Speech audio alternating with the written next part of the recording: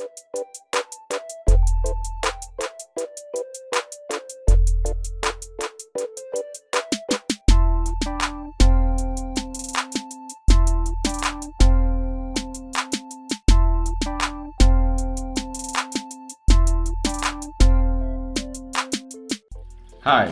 we need people with business savvy and vision like Derickson K. Lawrence in Congress.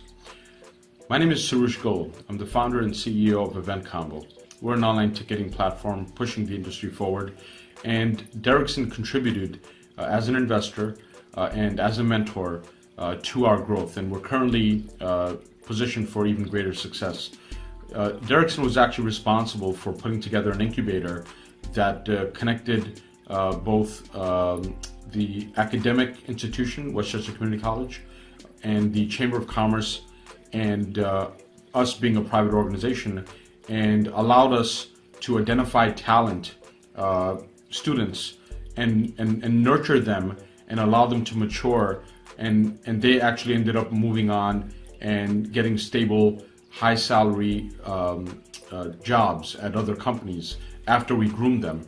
And that demonstrated to me the capabilities Derickson has as far as putting together a public-private partnership, if you will, and creating the proper ecosystem for people to be successful, both companies, students, and communities. So imagine, I only imagine what Derickson can do with some federal dollars behind him. Using our use case as an example, he can do what he did with us at scale. So I'm looking forward to having Derickson as our congressperson, and his representation and his leadership are proven keys to the success of the community. Thank you.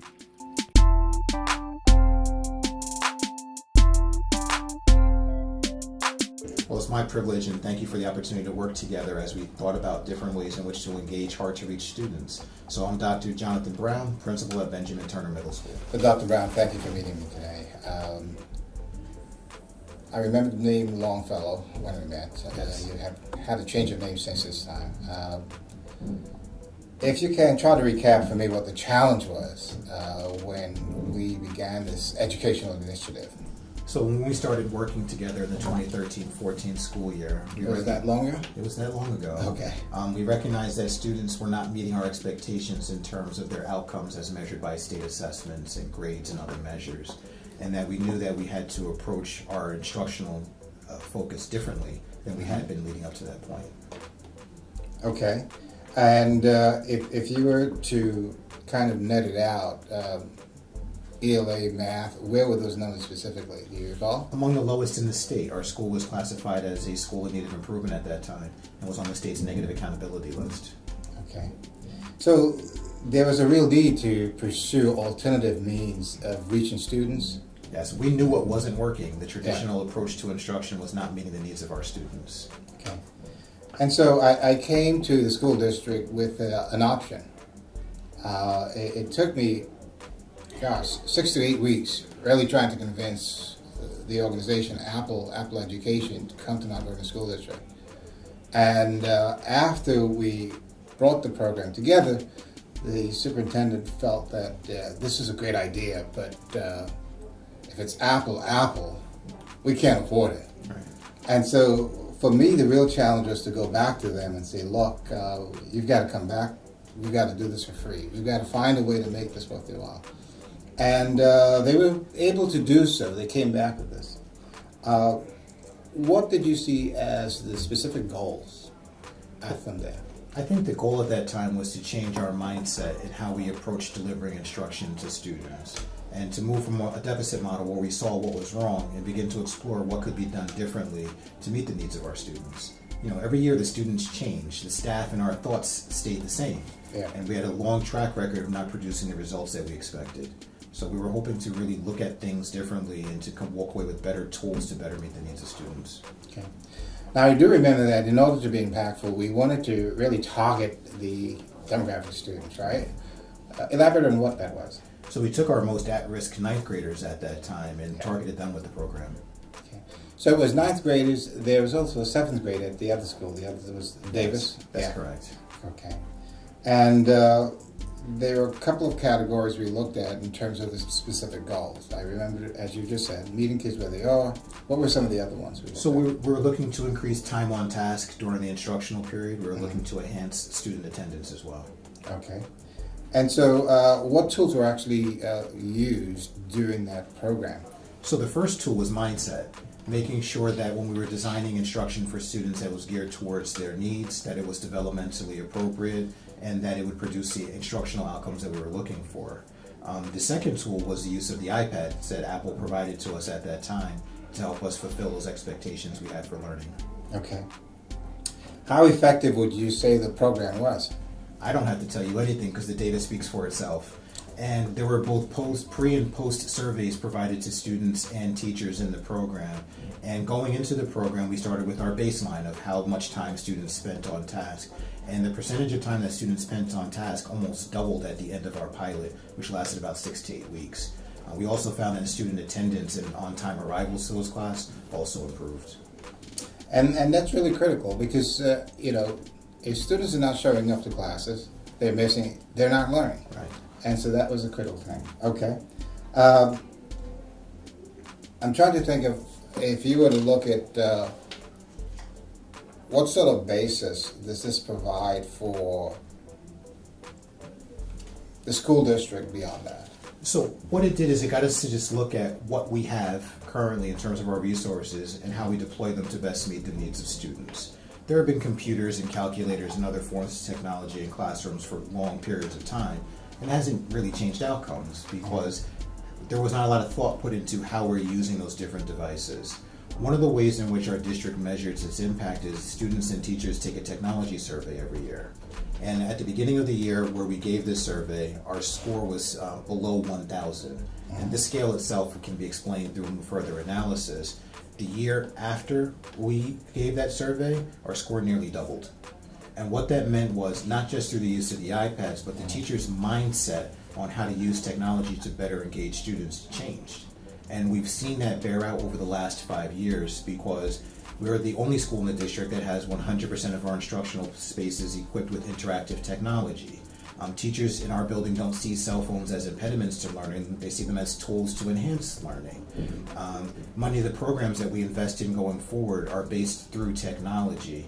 And that complete shift in mindset had to do with the beginning by looking at how do we better engage students and how do we use technology to leverage that. Okay. Now, there's also a counter to that because, yes, we did this about 4 years ago, and we thought this was really going to be the whiz-bang way to change outcomes. We also wanted to create independent learners. Right. So to shift away from human interaction in the learning process. So going from what was teacher-centered to then student-centered. In that transition process, there is discussion now that you can actually go a little too far. Right. So can you talk a little bit about that? Well, a little too far isn't too far if it changes outcomes for students and it allows them to maximize their potential. But the technology hasn't replaced the teacher. The teacher still has to spend an inordinate amount of time planning and thinking about how to meet the needs of Johnny, whose needs may be different than Susie. What the technology has done is better equipped the teachers to do that. Prior to our acquisition of the mindset that allows us to use technology appropriately, a one-size-fits-all approach was the norm. Correct. But when you have technology and the plethora of resources it provides, and you're aware of the fact that it's okay to vary from one student to the other, then we're able to change outcomes for students. Part of what's happened for us over these last several years is that while our school performance still isn't exactly where we want it to be, our performance index has increased by 77%. Repeat that? Our performance index has increased by 77%, and in my perspective, that's a big leap in a 4-year period. That's amazing. Our student suspensions went from a 33% rate down to a 3% rate last year. Our attendance rate is the highest in the district for the secondary schools. Our state provided growth score went from 0 in the first year where we started this pilot to 16 out of 20 last year. And again, I attribute it to the mindset of looking at ways in which we can help students succeed by leveraging technology. You know, one of the things that I thought through as I came to this interview was people listening to this can look at Benjamin Turner and look at the composition and say, well, you know, these are students, and I guess we can describe it in a number of ways. But when we look at the target of students with learning disabilities, that really does cross several demographics. If we look at how do you expand and scale this, wouldn't you say? I would. And if you look at our school just based on student information on paper, we have many groups that have significantly that have historically been challenged to succeed at high levels. This year, about a third of our students are diagnosed with having a disability and are classified. We're about 80% free and reduced lunch. We're about 90% African American. And historically, those groups have struggled in school. Right. But the reason why our percentage of students with disabilities is so high is that we found ways to have success with those students. Students who otherwise may not have stayed in the district are staying because we found a way to give them a meaningful school experience. So you can look at those students and say, well, yes, they're hard to get to perform. Or you can change your mindset and your instructional approach and find ways to get those students to succeed. Great.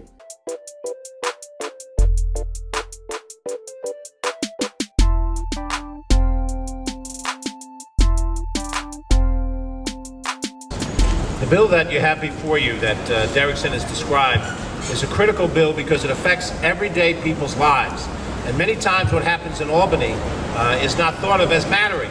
But when you pay the kind of money you do to get the prescriptions that you need to survive and to thrive, it becomes a tremendous financial impact on people's lives. And people everywhere in this community and all across this state are relying on these drugs, and they're in a position where they don't have the leverage necessary to negotiate on their own best behalf. If you think of going to buy something and you compare shopping, you look at a dress costs so much in one place and something else at another, you have leverage to buy which one you think is the better value. But what this bill that Derickson Lawrence is talking about, it is designed to give you that leverage and power as a consumer of pharmaceuticals, of leverage you do not have now. And let me make one other final comment before my colleagues speak. Many times, the individual feels that they have no chance of having an input in government. It's a rigged deal. It's all done on their own. This bill came to us as state legislators because of the energy of an individual in Derickson Lawrence, which shows that a person with a good idea can be heard, and that idea can get attention and traction. And that is precisely what those of us who are in the state legislature intend to do, to give this bill attention and traction, because one man decided this was important enough to put it on the agenda for the state of New York.